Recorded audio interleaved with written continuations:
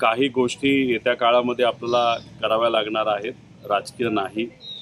दादांच्या स्मरणार्थ त्या आपल्याला कशा करता येईल, कशा पद्धतीने त्या केल्या गेल्या पाहिजेत याबद्दलची काल चर्चा संध्याकाळी जो फोटो तुम्ही सर्वजण त्या ठिकाणी बघत आहात त्या फोटोतून आपल्याला कुठेतरी जाणवतं. आणि नेहमी कधीही एखादी गोष्ट पवारसाहेबांच्या मनामध्ये आली तर ते आम्हाला बोलून घेतात, आम्हाला सांगतात आणि आम्हाला मार्गदर्शन करतात. दादा, आपण बघितलंय की एकंदरीत हे सर्व राजकीय घडामोडी होत असताना सुनील तटकरे असतील, प्रफुल्ल पटेल असतील किंवा धनंजय मुंडे असतील, हे यू टर्न घेण्याचा त्यांनी प्रयत्न केलेला आहे. त्यांचा त्या ठिकाणी विषय आहे. राजकीय मी बोलेलच, पण 10 तारखेला विमानाबद्दल ज्या शंका आमच्या मनामध्ये आहेत त्या शंका मी प्रेझेंटेशन नाहीतर प्रेस कॉन्फरन्सच्या माध्यमातून लोकांसमोर तिथं मांडेल मुंबईला.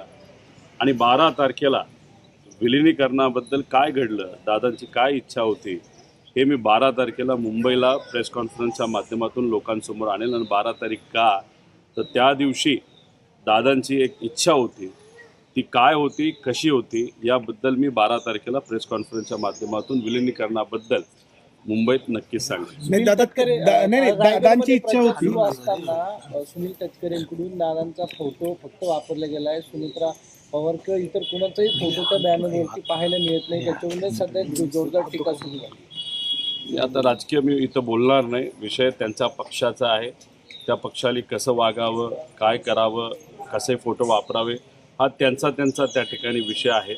त्यामुळे ते तसं का करतात, चुकून राहिलं काय राहिलं हा विषय त्यांनाच माहिती. रोहित बजरंग म्हणाले की विलिनीकरणाबद्दल 12 तारखेला तुम्ही बोलाल की नक्की काय घडलं होतं याबद्दल तुम्ही 12 तारखेला प्रेस कॉन्फरन्स घेऊन बोलाल. तर विलिनीकरण आता इथून पुढे होऊ शकतं का, की काही अडथळे निर्माण झाले? नाही, विलिनीकरण का होणार होतं, कशासाठी होणार होतं, दादांच्या मनामध्ये आणि आमच्या सगळ्यांच्या मनामध्ये का ती इच्छा होती, कशामुळे आम्ही सर्वजण प्रयत्न करत होतो, त्याला राजकीय अंग आहे का त्याला कुठेतरी भावनिक अंग आहे, हे सर्व मी 12 तारखेला त्या ठिकाणी सांगेल.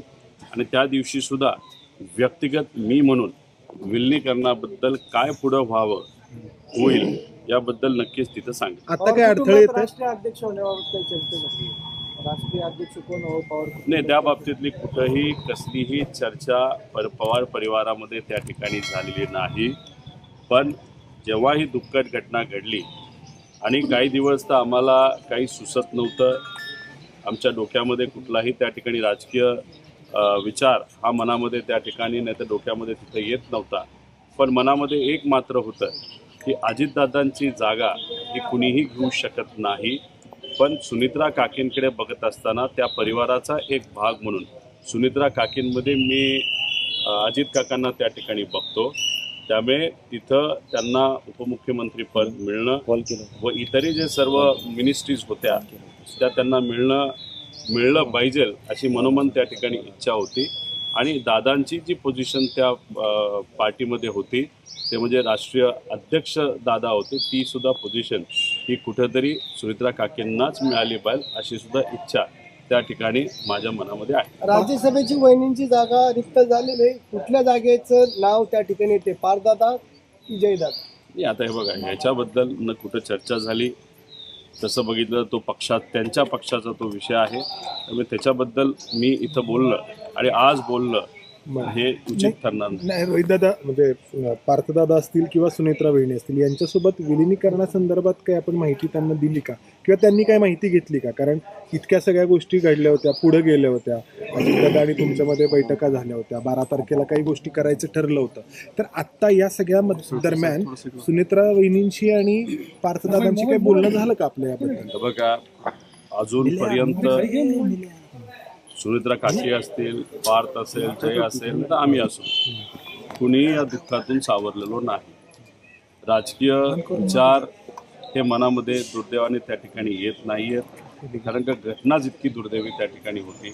त्यामुळे हळूहळू जसं आम्हाला राजकीय विचार करण्याची क्षमता आमच्यामध्ये त्या ठिकाणी येईल, नक्कीच त्याच्याबद्दल स्पष्टपणे मी सांगेन. पण आत्तापर्यंत दोन्ही परिवारामध्ये नाही तर पवार परिवार एकत्र म्हणून कुठेही राजकीय चर्चा तिथं झालेली नाही. 9 तारखेनंतर त्या बाबतीतली कुठंतरी सुरुवात होईल असं वाटतं. रोहित दादा, तुम्ही म्हटलात की तुम्ही त्या अपघाताबद्दलचं काही प्रेझेंटेशन देणार आहात. तुम्हाला शंका आहे या अपघाताबद्दल? एकदम डिटेलमध्ये 10 तारखेचं प्रेझेंटेशन असणार आहे.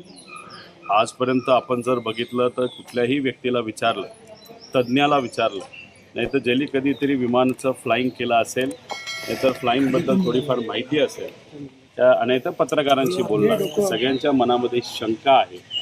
काय घडलं असावं, कसं घडलं असावं. आमच्या मनामध्ये काही प्रश्न आहेत.